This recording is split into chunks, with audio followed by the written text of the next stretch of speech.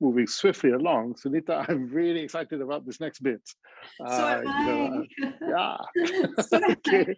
after months of hunting for youth leaders, after weeks of planning, well, we're now going to hear from 20 youth leaders who are passionate about increased climate action. After all, is there, who are going to suffer or benefit? well, I found them thoughtful and informed.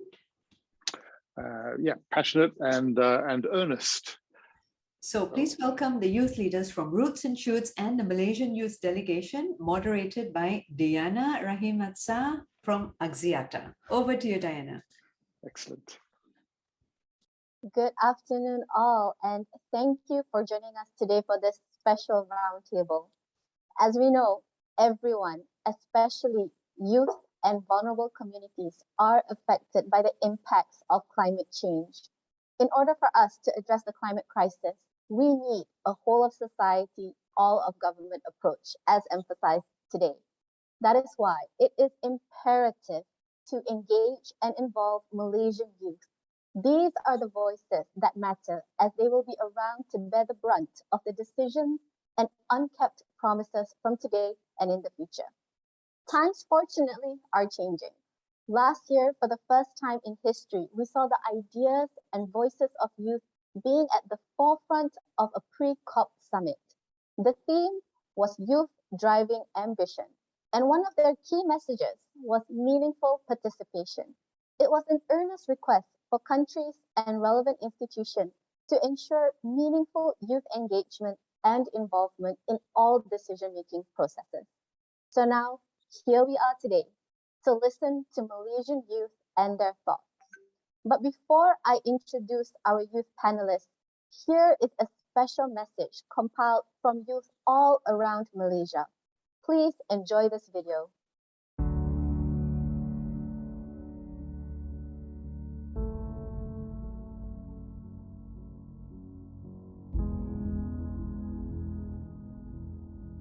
I'm concerned of the climate crisis because I'm afraid to see the extinction of our wildlife. I am concerned about the climate crisis because ignoring the problems of today will change the future I inherit tomorrow. I am concerned about the climate crisis because I fear for its impacts on our beautiful Earth and on humanity. I'm concerned of the climate crisis because sea levels are rising and it's very scary. I'm concerned about the climate crisis because the future and livelihood of my community depends on its reversal, and I believe that a better and more sustainable future is possible. I am concerned of the climate crisis because coral reefs are dying globally, and that spells trouble for marine life and humanity for generations to come. I'm concerned of the depletion of environmental resources because it matters. I am concerned about the climate crisis because I care for the well-being of wildlife. I'm concerned of the climate crisis because we are lagging behind in our 2030 climate targets. This will impact all of us, but especially the most marginalized and the future generation. I am concerned of this climate crisis because we are all affected wherever we are. I'm concerned about the climate crisis because it affects different communities disproportionately. I'm concerned about the climate crisis because it affects my future, your future, our future. I am concerned about the climate crisis because I see it happening right in front of my eyes. I see the sea levels rising, causing soil erosions to the beaches in Malaysia. I am concerned about the climate crisis because our planet's health is at stake. As the scale of its impact ranges from global warming to driving the emergence of infectious disease that threatens millions of species and our future too. Everyone has a part to play. I want to be part of the ecosystem of solutions. We are all interconnected. I want to be a part of the ecosystem of solutions. Together, we are stronger. I want to be part of an ecosystem of solutions. Climate change should not divide us, but connect us. I want to be a part of an ecosystem of solutions. I want to be part. I want to be part of an ecosystem of solutions. I want to be part of an ecosystem of solutions.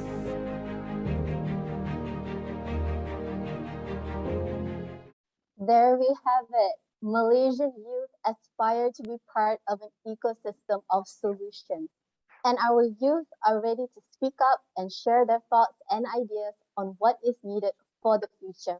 We'd like to thank Kevin from Roots and Shoots and all the youth involved in developing this wonderful video. So let's get to it, everyone. For today's session, we have 20 minutes to hear and listen to youth and their thoughts and opinions. We will zoom in on two themes for discussion. The first one is their views on the report of proceedings that was launched earlier, and secondly, supporting youth in climate action. Throughout this session, if you have any questions for the panelists, please put it down in the Q&A box below. We'll look to address it at the end of the roundtable session. Now, we have with us today youth representatives from NGO Roots and Shoots Malaysia and the Malaysian Youth Delegate. Firstly, we have Alex, who's currently working in the Group Sustainability Department at CIMB and is an alumnus of the Roots and Shoots Malaysia Award Program. We have also Alani, a project executive for Roots and Shoots Malaysia and a co-leader to the First Steps for Wildlife, a youth-led organization focusing on environmental awareness and platform for youth's call to action. And lastly, we have Jasrina, a waste management specialist working within an Australian engineering consultancy firm. During her free time, she co-leads the Malaysian Youth Delegation, where she aims to not only grow her knowledge and expertise in climate change advocacy, but to also educate and inspire others to take action. Join me in welcoming Alex, Alani, and Jasrina as our panelists. Well, let's get started for the first theme today, which is youth's view on the report of proceedings. So we've launched the report of proceedings earlier, and we've heard about it from different stakeholders and everyone's thoughts on the climate situation here in Malaysia. Alex, if I may direct this question to you, after reading the report, what are your views and where do you see youth engagement taking a critical role? Yeah, thank you so much, Diana. I think to start it off, I think it's a great effort by the fellow corporates to really develop these reports together, because I think the idea here is that no one corporate can work alone. They will all have to work together to develop solutions together so that they can drive the market to improve the sustainability of the country itself. But one thing I'd like to point out is that I think most of the findings here are definitely very relevant, but are not actually new. Why I say so is because all these findings of how we want to tackle this climate crisis issue, or last time we called it climate change, or even before we called it global warming, it's not new. These solutions have been brought up decades ago, before even climate change was a mainstream topic. But the bigger question right now is how do we actually materialize it today? Because after all this discussion for many years, and if you look at the case of the pandemic, we can easily have all different stakeholders, agreeing that this is something that we have to do. This is something that we have to come together to develop countermeasures to manage the pandemic. Unfortunately, despite the potential devastating impact of the climate crisis, not even potential per se, because today itself we are looking at the impacts materializing itself. Most of the bigger impacts typically only materializes in the longer term.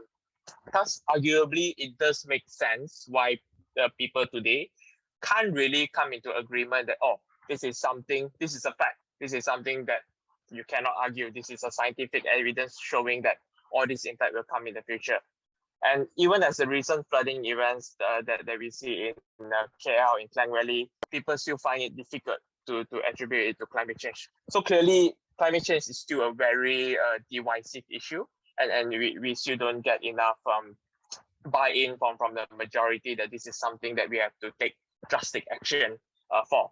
And a very good case of why people are, example of how people are still not taking drastic action is that while today we are talking about managing the climate crisis, we can still see a lot of huge companies, corporates with revenue easily above 100 million, still have not measure or disclose their greenhouse gas emissions.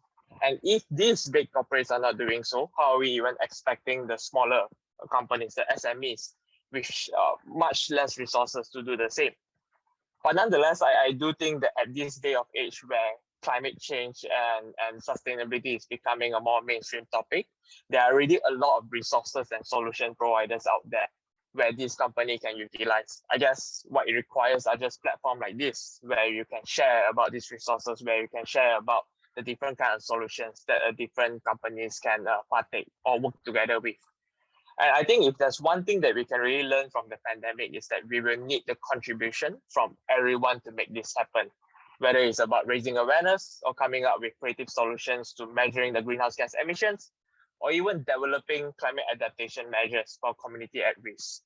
I think there are a lot of resources to do so, and there are plenty of youth on the ground that are working on this matter.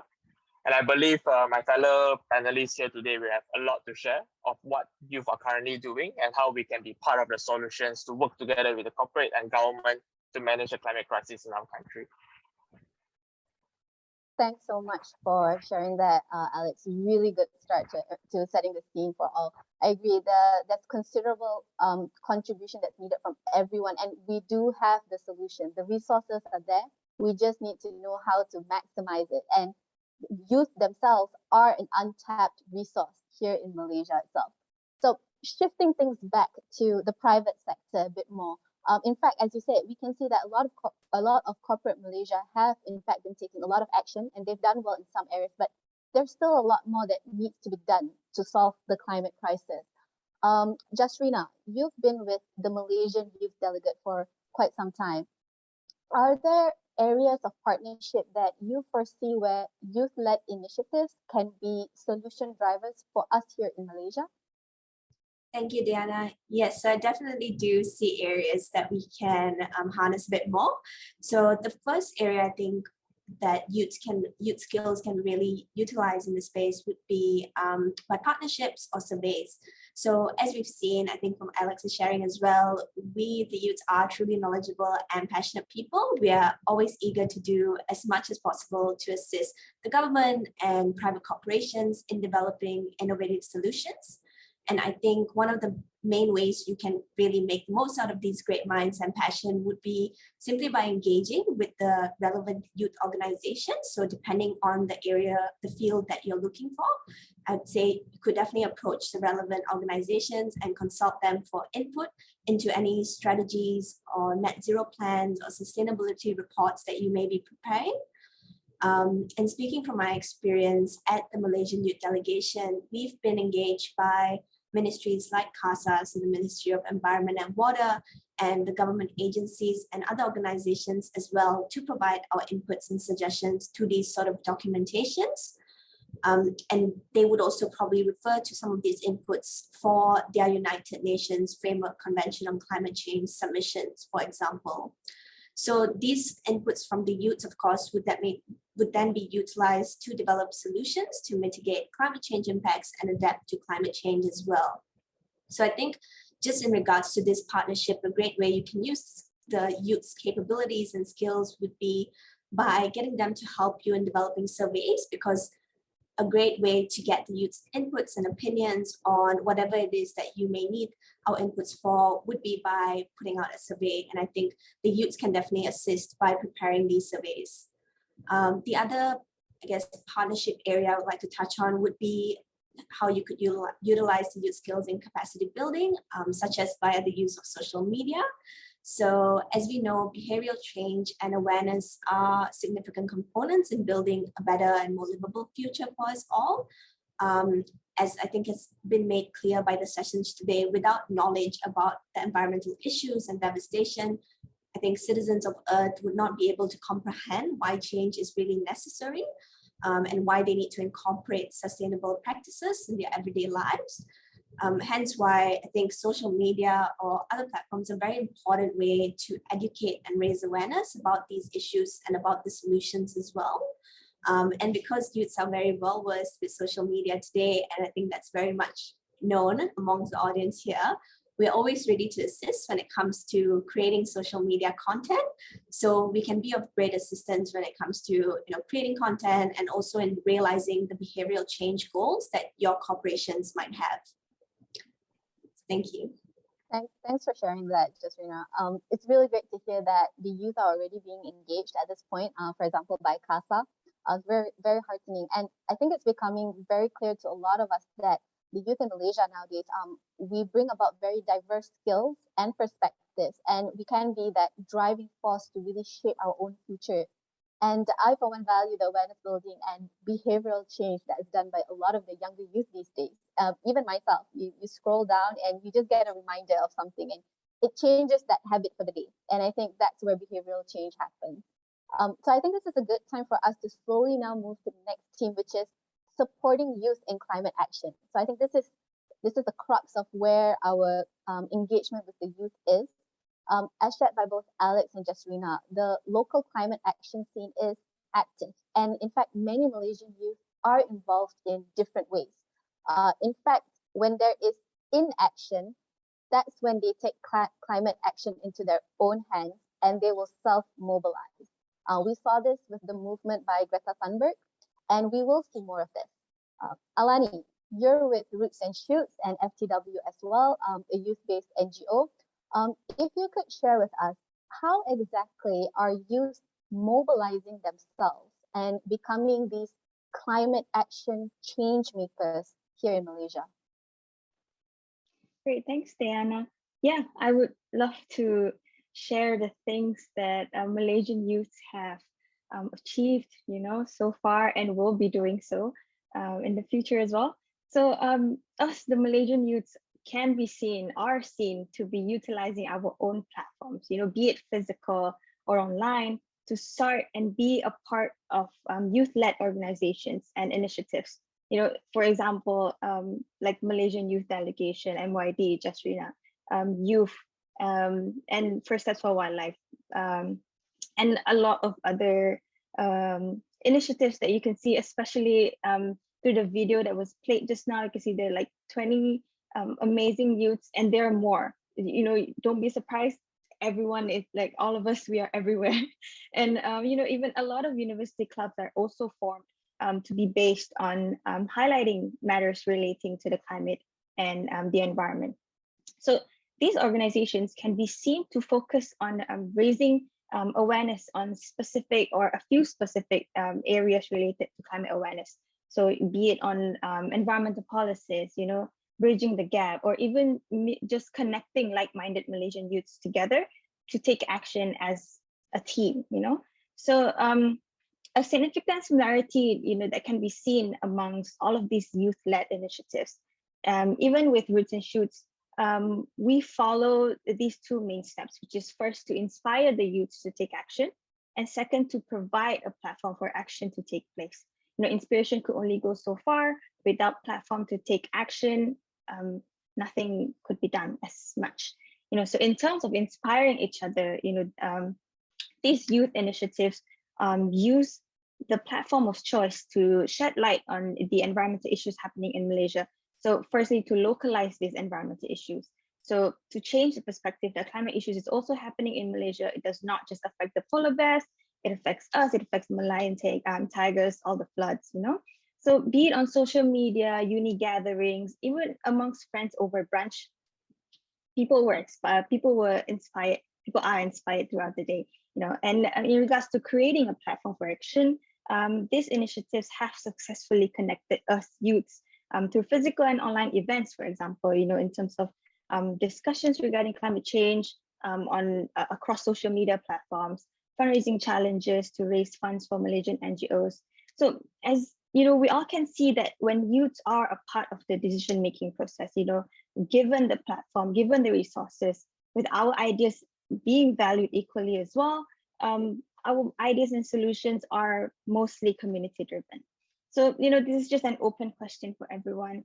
If a youth-led effort could create such a source of input and produce a platform for output with our own limited resources and fundings, imagine the ideas and solutions we can all create when all of us work together as an ecosystem of solutions.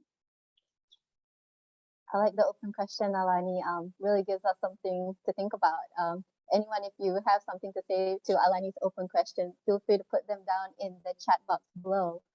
Anyone else want to add on to that question or to what Alani said on how youth are being mobilized? Yeah, sure. Thanks, Diana. I'll add on a bit. Yeah, I think Alani covered a lot of the aspects of where youth are really taking the lead in this space. And I think she mentioned like there's a lot of organizations which are going out there and giving talks to the general public, which are completely free as well and accessible as much as possible, because we want to put the information out there and we want to highlight the importance of having these discussions. But yeah, I think just to extend on that social media front, I think a lot of youths are definitely using their personal social media accounts and not only their organizational social media accounts to also educate others on climate change and its causes and impacts as well. And I think that's played a really huge role in educating others and raising awareness. And as Alani mentioned, I think the informal discussions we have with our peers and with our families have played a huge part as well. Personally, I've seen how my conversations with my family about, for example, the impacts of single-use plastic have really changed and influenced their everyday actions, which is very satisfying to see, of course. But yeah, I think it shows like how important our informal conversations are today. I agree on that. It's very nice to hear that. So now we've heard of what is happening, and we know now that there's this huge untapped potential for youth, for solutions, and so on. Let's look at tomorrow onwards. And what support do we Malaysian youth need, or we would like to see, in order to really fully mobilize and accelerate climate action for Malaysia? As we know, the IPCC has said it is now or never, right? So I'll open this to Alex and Alani. Yeah, so thank you, Diana. The support that we need is a lot, and but to point out a few important things that need everyone's attention would be, the first one is accountability and transparency. So as an ecosystem, all of us, we all need to acknowledge the roles that we can play in society and also take charge of the actions and consequences that we do. Because by knowing the importance of utilizing the resources and capabilities that we have in making the change and the roles that we can play, it could accelerate a lot of significant actions. And just like echoing what Diana said, the actions have to happen now. So for example, the youths, we know that our voice matters, and we are also given the platform and we're using it as much as we could.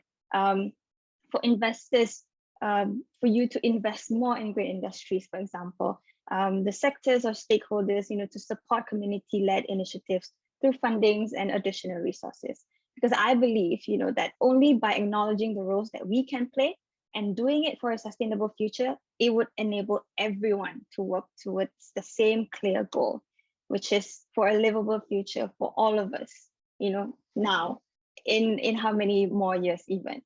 Yeah, so that's the first one. The second one would be for all of us, actually, to be each other's enablers, as being a part of an ecosystem. At this age of technology and the increase in climate awareness amongst the public, the youth are also benefiting from this. We are aware, we are resourceful, we are smart. We also have these solutions for a more sustainable future as well as climate justice.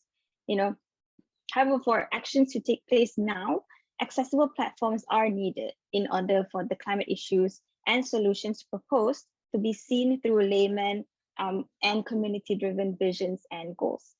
So just throwing out a few rough ideas, will be for sectors to be more transparent, and make information such as your ESG reports, your key findings and surveys and research conducted to be more accessible to the public, so that the information involving the community can be digestible by the mass community.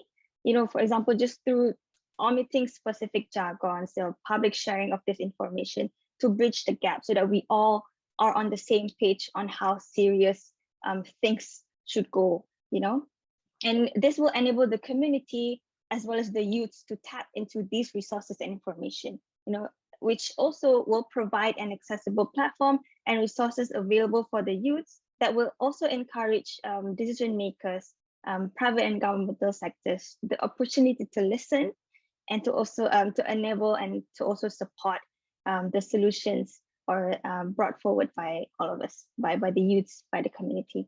So just to sum it all up, a great takeaway from this is that the way a vulnerable yet passionate pair of youth eyes viewing the climate crisis is different, and it might surprise you to hear from outside. Yeah. Yeah, thanks, Alani.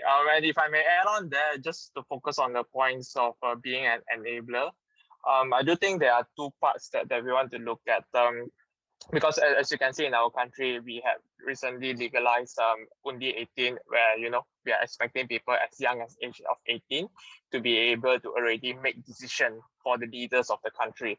And then there's a huge say for that, because if we want the young people to make a sound decision of who they are voting for, we also want them to be aware of what are the issues that they should be focusing on when looking at the leaders that they want to be voting for. And of course, climate crisis should be one of the main topics. So that's why the two parts that I mentioned about, the first part should definitely be exposure for the youth itself, where we need to be able to ensure that the younger generation, I mean, me included, but a lot younger generation, starting from their primary school, is that they need to know that climate crisis is no longer an argument. It is something, it's a fact that we all have to work together. And thus, we need to spark more interest among this younger generation, because back when currently I'm working in the sustainability department, but back when I picked for this course in secondary school, no one thought I could get a job, because no one thought that environmental job is something that is existing in the market. But the conversation right now, I guess, had really changed a lot. I think as we speak today, there are just so many openings of sustainability related jobs for different companies and different service providers. But I guess what we will then need to do is really to develop more talents so that they can enter into the workforce and contribute meaningfully to this journey to tackle the climate crisis. And I believe that there's just so many talents out there which we may be losing out just because they are not exposed to the needs of tackling climate crisis or the job opportunity available to tackle the climate crisis. So getting the exposure or raising the awareness since young is very important. And I think the second thing really is to let them know how the system works, because I think young generation and the youth itself, we have a lot of crazy ideas or ideas that as you grow older, you tend to become more realistic and think, this cannot be done. But maybe it could be done, but it could be done in a different manner, or it could be done in a different way. So I think providing the exposure to the youth of how the system works, example given in the government, what does it take for you to develop a policy? What does it take for you to develop an action plan for the ministry? Or in the corporate, what does it take for you to develop a strategy to reduce your greenhouse gas emissions and whatnot? I think these kind of exposures can be provided through internships or a specialized program where you get people to, you get these young people, younger generation, be it university students or even secondary school students, to be exposed to this so that they understand how the system works. And from there, their creative ideas and their crazy ideas per se could actually be something that could be materialize and may be actually provide a very good solution for the company. So I would think that from the corporate approach and from the government approach, if there are more exposures of such, I would say it will definitely be a win-win situation, because you are developing the young talent to be more interested. At the same time, they could also come up with great solutions that could essentially help you to make a process more efficient or help you to achieve your target in the shorter term. So generally, I would say getting this exposure for the youth is very important. And I think at the end of the day, it will definitely be a win-win situation for both the younger generation and also the corporates and the government. Here, Alex, here. I do agree absolutely with everything. ESG is mainstream. The climate crisis is real, no doubt about it. And I dare say workforce of the future is sustainability related. I dare say that. And I just would like to echo again what Alani said, something really powerful. She said, When you view the world with a vulnerable yet passionate pair of youth eyes, you view the climate crisis very differently, and it might surprise you. I think that those are some very powerful words there. And this is why we need to engage and get youth involved in our conversation today. In the end, to solve the global crisis, we need a whole of society, all of government approach. And clearly, Malaysian youth are a key stakeholder that we should not take for granted. In fact, we need to enable them. And as you can clearly see, they're passionate, they're energized, and they want to be part of this ecosystem of solution. But we all, of course, need to work together to ensure everything is implementable and successful, because it is now or never, and there is no more planet B. So we have a few more minutes left. I'd just like to check if we have any questions from the floor. Okay, so I don't think we have any questions from the floor right now. If that is the case, we'll wrap it up. Thank you so much to all three of our panelists today. There's so much more that we can continue discussing on this. And in fact, today's session is just a teaser. As part of CGM and CAN, for the 2022 Roundtable Series, there will in fact be more youth-led roundtable sessions. So Alex, Alani, Jasrina, why don't you share one final message on what we can expect in these upcoming youth-led roundtables?